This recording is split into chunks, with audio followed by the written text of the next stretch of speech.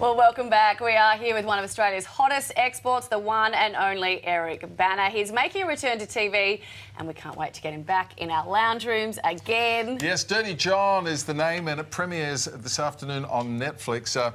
Your character, John, me and a conniving con man. What's more difficult, do you think, playing someone new or playing a real person? Oh, look, they both come with their own challenges. Sometimes there's a lot of pressure when you're playing a real person. I couldn't get to meet John Meehan, the real John Meehan, for various reasons. So there's a bit of a freedom sometimes that comes from that. And I had access to family members and so forth, but I decided not to meet them until after I'd wrapped the shooting. Because sometimes, you know, you almost get too much information and then it sort of can get in the way. So it just depends on the project. Have you had any feedback from the family members about your portrayal? I met the real Deborah the night that we screened the first episode, and she came up and she said, I don't know whether to hug you or slap you. We went for the hug, thank goodness. And the daughters were the same. One of them was actually quite traumatised. And then I started talking in an Australian accent and she said, oh, that's really helpful, actually. So it's not so close. Hey, you've made us laugh over the years in a whole lot of comedies and played some heavy duty roles. Munich, I love, I love that film, and Black Hawk Down and all. How do you navigate between the two? I mean, how serious you have to get to be funny, and how funny is it playing an arch villain? Yeah, it's interesting. I mean, sometimes it depends on the project and the relationship you have with the director and the crew. Like on this job, Jeff Ryan, our director, is a very funny guy, and we got along like a house on fire. So there's actually a lot of kind of dark humour in Dirty John, because we realised that to make a character charismatic and interesting, that the people are so repulsed by that they want to turn off after episode 3, you need some other layers in there, and sometimes that's can be a good thing. The comedy background for me has always been advantageous. I think it helps with your timing in terms of taking risks and not being embarrassed and so forth. I think it really helps. When you've been on stage and done stand-up for 10 or 15 years, it's hard to be embarrassed. Even Chopper was kind of a funny guy. Yeah, absolutely. Yeah, so clearly it's the second... You've played a psychopath a couple of times now. Yeah. Is this a role that you're drawn to? I am, and then there was another film I did a year before last called The Forgiven, which was set in a prison in South Africa, and again I was playing a psychopathic, former white supremacist policeman who was in jail, and it's a similar sort of character traits. Yeah. I am drawn to them for some reason. They're usually really well written, so that's why as actors we fight for these roles, because they are the juiciest parts to play and they're the most complicated. So when you get the opportunity, you just got to pinch yourself. When you finish filming for the day, for example, and you go home or you go back to your hotel or wherever you go, do you just drop out of character, or do you keep yourself there the whole time? I mean, I'd like to think I do. Characters. Yeah, I mean they do hang around. This character was really creepy and sleazy. So there were times at the end of the day where I'd hop in a lift and just not want to look at people, for real. That sounds ridiculous. For real. But yeah, so they definitely do sometimes have more of an effect than us. Not externally, like it would never affect people I'm around or anything like that, but what's going on in here, there's definitely a bit of a hangover. And sometimes you can drop them really quickly, other times it takes a few more motorcycle rides to lose them. So yeah, but that's okay, it's one of the privileges of the job, you're walking in other people's shoes. So He's a massive rev head. He loves getting out on the open road. You still do a bit of that? Yeah. I mean, that's how I get around. What are you driving? Bikes? A bit of everything. I don't discriminate. I like the dirt. I like the track. I like the road. It's good for the soul. It is. Yeah, it's a good hobby. You mentioned stand-up. I've always thought doing stand-up, people who do stand-up are the bravest people out there. However, once you're good at it, you've got a reputation. People start laughing as soon as you walk on stage. Would you ever do that again, just for the hell of it?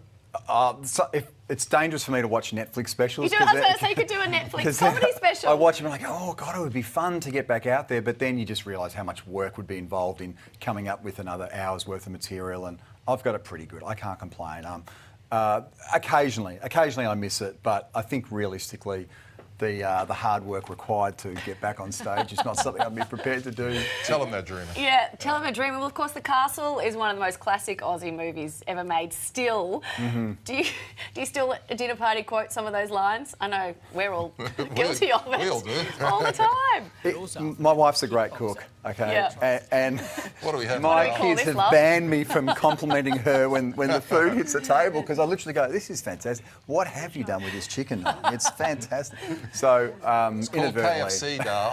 I reckon that Inadvertently. is repeated over Australian households nightly. Well, you know, men have to catch themselves if they're wanting to compliment a meal, you know. Yeah. So, yeah, no, it's But again, like you're just so lucky to be a part of a film like that. So nothing pleases me more than people re-quoting lines from the film like that. It's Probably, just a real they're probably not even close to the original now. They've Well, so it's- been removed. It's the highest compliment, isn't it, when you do? Hey, you judged Tropfest over the weekend, Yes, which is great. yeah.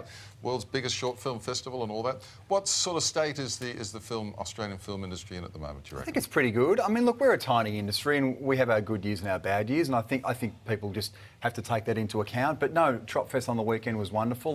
The winning film, we actually awarded to a documentary this year, and it was a fantastic, wonderful, well-made, 7-minute short about a street artist who sketches people on the train and then does paintings and puts them on a bridge. It's a really, really beautiful little short called Beautiful. But it was great being a judge on that, and they did an amazing job. They got hit by a big storm on the weather in night Sydney on before Saturday and night. They had to managed move pull it off. location or something.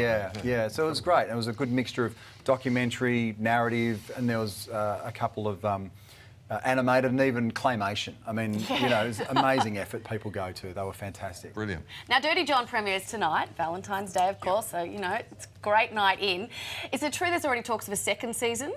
There's, the producers sold 2 seasons in concept of an anthology series, but our story is just 1 season. So Okay. for Connie and I, it's just just this one season. The second season would be a different crime, a different story. Yeah. Hey, now apparently we're going to play a game now. Do you know about this? No. Neither do I. It's This is going to be fun. It's something David and Sonia do, Okay. where we throw questions or words and Yep. you answer using your paddle with either yeah or All right, yeah, we'll give no. him the paddle, Dickie. There it is. Oh, it's very Yeah, nah. Australian, isn't it? Very Yeah, nah. Australian, yeah. Yeah. Vegemite. Yeah, of Yeah. course. Romance. Budgie, I can't believe I'm saying this. Budgie smugglers. Depends on the environment and the proximity to the beach. So, It's a proximity to the beach, I think. Yeah, as so long not- as there is and not... your age. And your age. Do they And your wear- shape. Do they wear budgie smugglers in the States? I don't know, I haven't been to the beach there. good answer. Why would you? We've got beaches in Australia. Now, this is a top sheets on your bed. Do you have a top sheet? Top sheet. So you have your sheet, and then another sheet, and then your doona. Well, of course. No, this isn't. You mean a sheet on top of the doona? Yeah, Not no. on, no, on top of you, under So- the Oh, doona. yeah. So you of guys course. think this is a Yeah. weird question, but Yeah. millennials apparently don't use top sheets. Just saying. Oh, clean up your act. Right? Come on, kids. It's like then you have to keep washing your doona cover. That's what the top No, sheets you are, gotta go to right? the top sheet. Wasabi. Yeah. That's a no-brainer. Yeah. Man bags, you need a man bag to lug your stuff around, don't you? Yeah, nah. Of course. Oh my When God, you're- I don't want to ask this When next you're a one. movie star, you have someone else to carry your stuff around. Okay, I am saying this to Eric Banner. Manscaping? Was that Manscaping. Get Well, up it depends on how mow you the lawn. No, define. it's like getting clippers and making yourself tidy yourself up for Valentine's Day, should we say? I get all the hard questions. Beetroot on your burger, old mate.